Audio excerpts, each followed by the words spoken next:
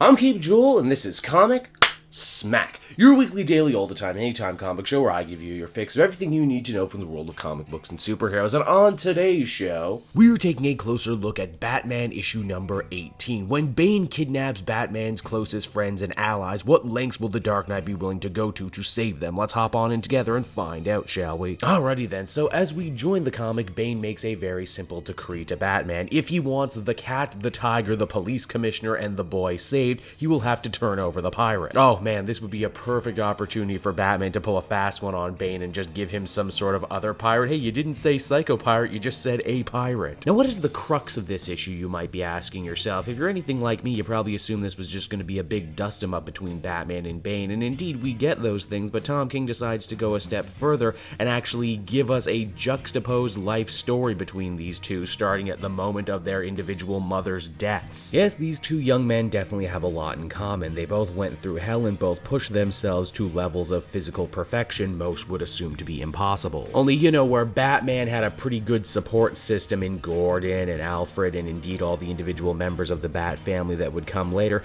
Bane didn't have those people. He fended for himself every day. Which might explain that when Batman ultimately finished his training, he vowed to use his life to war on criminals. Bane, on the other hand, went the other way, claiming to conquer all criminals. Now, as far as the action scenes themselves go, they are super solid in this issue. What's interesting is we see almost all of it through the eyes of Bane. He is just wailing on Batman and we are along for the ride. As Santa Prisca's favorite son puts it, he is unlike any other Batman villain. He is not a joke, not a riddle, not a fallen friend or an angry teacher, which I think perfectly puts into perspective just how well Bane actually knows Batman and his history. Geez, at this point he's such a super fan, I should hire him to help research these videos. In the end though, both men would find themselves on a collision course. Each claimed to be the best, and the other one very much disagreed with that, which led us into the original Nightfall, which is still canon according to this story. In fact, we're only a couple issues into this new I Am Bane storyline, and so far it seems to be one giant love letter to Nightfall. Now in the end, Batman gets savagely wailed on, but refuses to give up Psycho Pirate. Bane assumes that he's won and is ready to execute these sidekicks and supporting characters, only to find out that they're already gone, stolen at the hands of Catwoman. But wait, wasn't Catwoman already one of the hostages? How did she get out? Unless, I don't know, maybe Selina did a switcheroo with Holly Robinson, in which case, hey, that would be pretty interesting. I know King really does have plans for Catwoman, which is why he keeps bringing her back. Furthermore, as the comic winds down, we see that Batman was really playing Possum Man, not hurt nearly as bad as he wanted Bane to believe he was, and now he's ready to lead him through Arkham Asylum. Oh, what fun. Batman number 18 was a comic that I really quite enjoyed. Of course, I'm a really soft sell for it too. Bane has always been my favorite Batman villain and maybe one of my favorite supervillains in all of comics. Although, admittedly, I fell in love with the broken down, Rocky-esque version of the character from Gail Simone's Secret Six. This new Tom King story, though, very much wants to see him return to form as the conqueror that we originally saw in Nightfall. I gotta take my hat off to Finch's artwork this issue. It's probably some of the best I've ever seen. He really does do bulging muscles really well. Overall, I really freaking liked this issue. I gotta give this one a 9 out of 10, and I can't wait to see where it goes from here. Hey everyone, thanks so much for watching my newest video. I hope you enjoyed it, and while you're here, why not check out another video I have on offer? Or maybe if you're feeling in a supportive mood, you want to like or subscribe. And if you want to support the creation of more videos just like this one, then please by all means check out the Cape Joel Patreon. A little bit goes a very long way, and I will see you all next time.